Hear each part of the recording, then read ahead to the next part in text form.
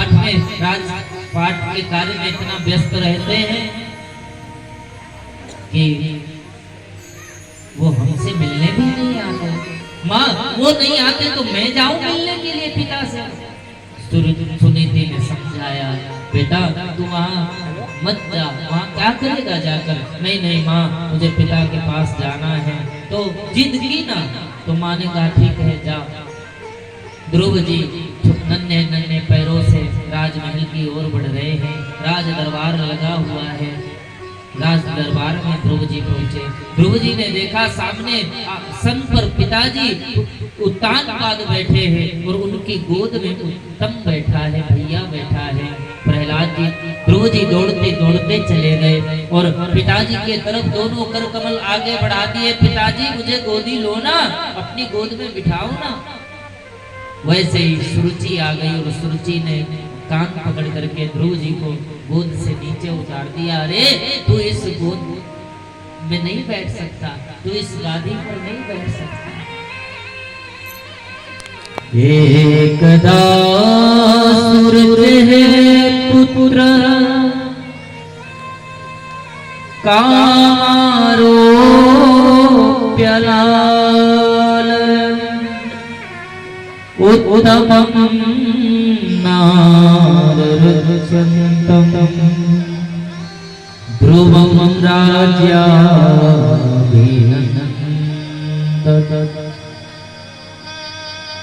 सुरुचि मैया ने देखा, अरे जहाँ मेरा बेटा बैठता है उस गद्दी पे ही आके बैठेगा। तो ध्रुव जी का कान पकड़ लिया और कान पकड़कर नीचे उतार दिया। नूनं वेद भगवान यस्य दुर्लभते मनोरथ। कान पकड़ करके माँ ने नीचे उतार दिया। ध्रुव जी चुप खड़ा रहा। उत्तानपाद की जरा सा भी भाव नहीं बना कि बेटे को समझा दो। जरा भी भाव ऐसा नहीं कि पत्नी को समझा दो कि हे देवी क्या कर रही हो, वो भी तो मेरा बेटा है, उसको कान पकड़ करके नीचे उतार दिया।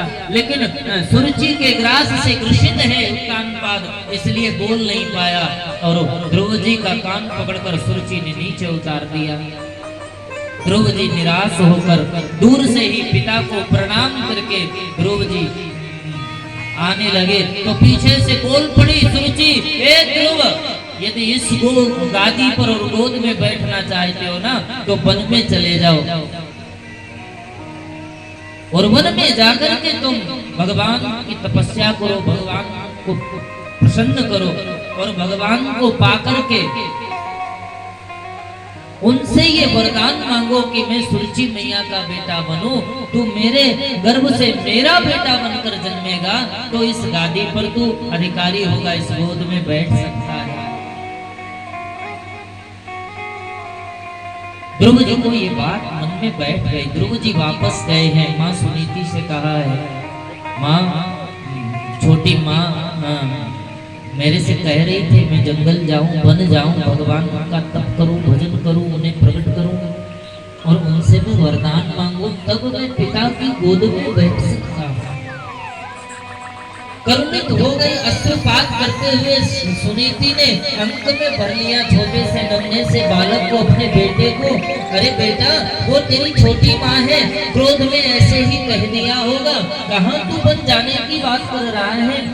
तेरी वो मैया है, जैसे कभी कभी मैं डांट देती हूँ ना, ऐसे ही तो उसने तुम्हें डांटा। याद रखना, बच्चों में निर्मलता जरूर बनाए रखना। आज के समय में हमने बच्चों के अंदर इतना ईर्ष्या, इतना नफरत, इतना राग द्वेष भर दिया है कि जितनी शत्रुता तो हम अपने शत्रु से नहीं मानते, उतनी शत्रुता बच्चों के मन में हमारे शत्रुओं के प्रति है। बच्चे निर्मल होते, हमारा आपका द्वेष हो सकता है, हमारा आपका झगड़ा हो सकता है, हमारी आपकी बात बिगड़ी हो सकती है, लेकिन उन बातों का बच्चों के ऊपर कोई प्रभाव नहीं पड़ना चाहिए। सुरुचि ने अपमान करके ध्रुव को भेज दिया, परंतु ध्रुव की माता सुनीति कहती है, नहीं नहीं बेटा, वो तुम्हारी छोटी माँ है, उसने अगर डांटा है तो वो तेरी माँ है, कुछ गलत नहीं किया, ऐसा नहीं बोलते।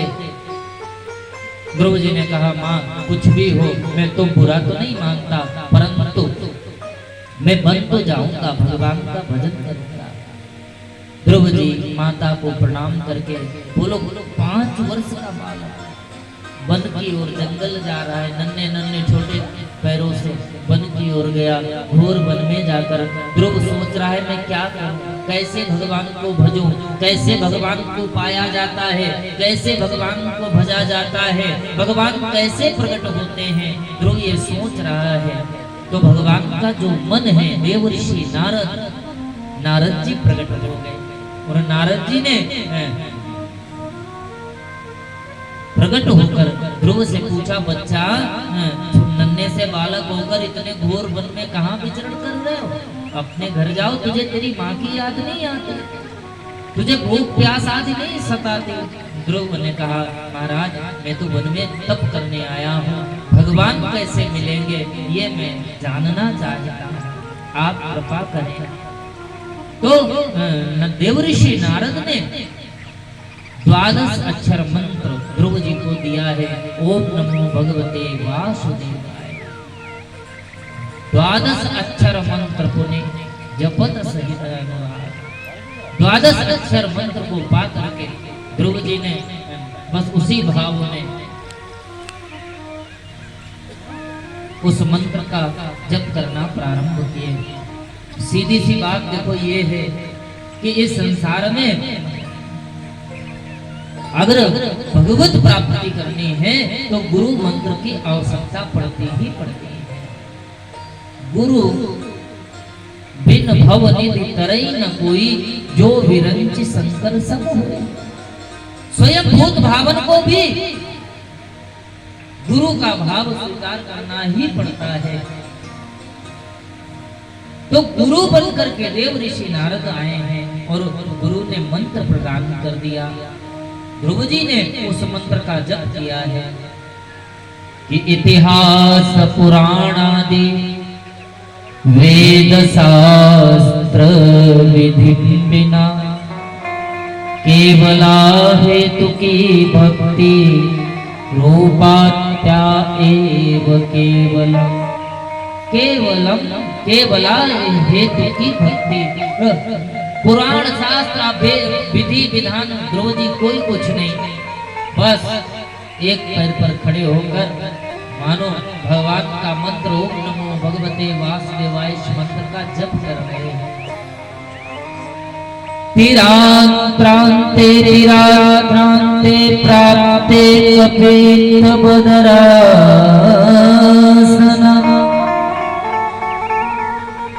3 दिन ध्रुव जी एक आसन पर खड़े होकर तप करते, तीसरे दिन कुछ पत्र पुष्प फूल जो मिल जाए वो ग्रहण करते। 3 दिन तक व्रत, तीसरे दिन कुछ ग्रहण करना, ऐसे तपस्या चल रही है। कहते हैं धीरे धीरे 5 महीने बीत गए तप करते हुए ध्रुव जी को। पंचमे मास प्राप्ते जितस्वा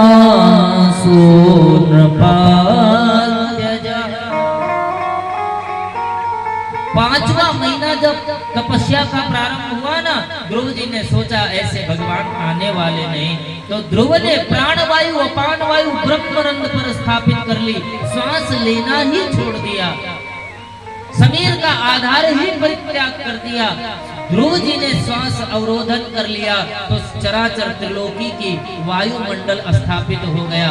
सब देवता पशु पक्षी नर आदि किन्नर सब तड़पने लगे, व्याकुल होने लगे, देवता विचलित होने लगे।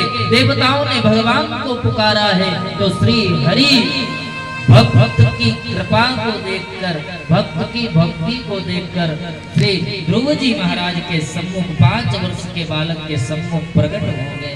बोले भक्तवत्सल भगवान की जय हो।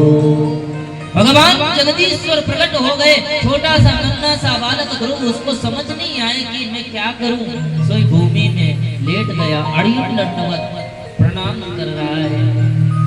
फिर भगवान ने उठाया है, हृदयांगम किया है, हाथ सर पर फेरा है, और मन में भगवान ने सोचा, देखो अभी अभी जहाँ गए तहाँ बड़े बड़े महर्षि ब्रह्म ऋषि बड़े बड़े भगत हमको मिले, लेकिन ये नन्हा सा छोटा सा 5 वर्ष में इसने मेरी भक्ति करके मुझे आने पर विवश कर दिया। मैं आकर के इसे दर्शन दे रहा हूं। ऐसे भक्त को पाकर भगवान भी तो प्रसन्न होते हैं, भगवान भी तो गदगद होते हैं। और भगवान को देख रहा है, एक तकनीक शब्द मौन, क्या कहे क्या ना कहे कुछ समझ में ही नहीं आ रहा है। ध्रुव चुपचाप खड़ा भगवान के स्वरूप का दर्शन कर रहा है, भगवान का श्रृंगार देख रहा है। भगवान के गले में जो वैजंती माला पड़ी है, उस माला में जो 5 पुष्प लगते हैं, वैजंती माला में 5 पुष्प लगते हैं। 5 पुष्पों के द्वारा ही वैजंती माला का निर्माण होता है। उन एक एक पुष्पों को ध्रुव निहार रहा है। भगवान के जो रत्न जड़ित बाजू बंद बने हैं, बंधे हुए हैं,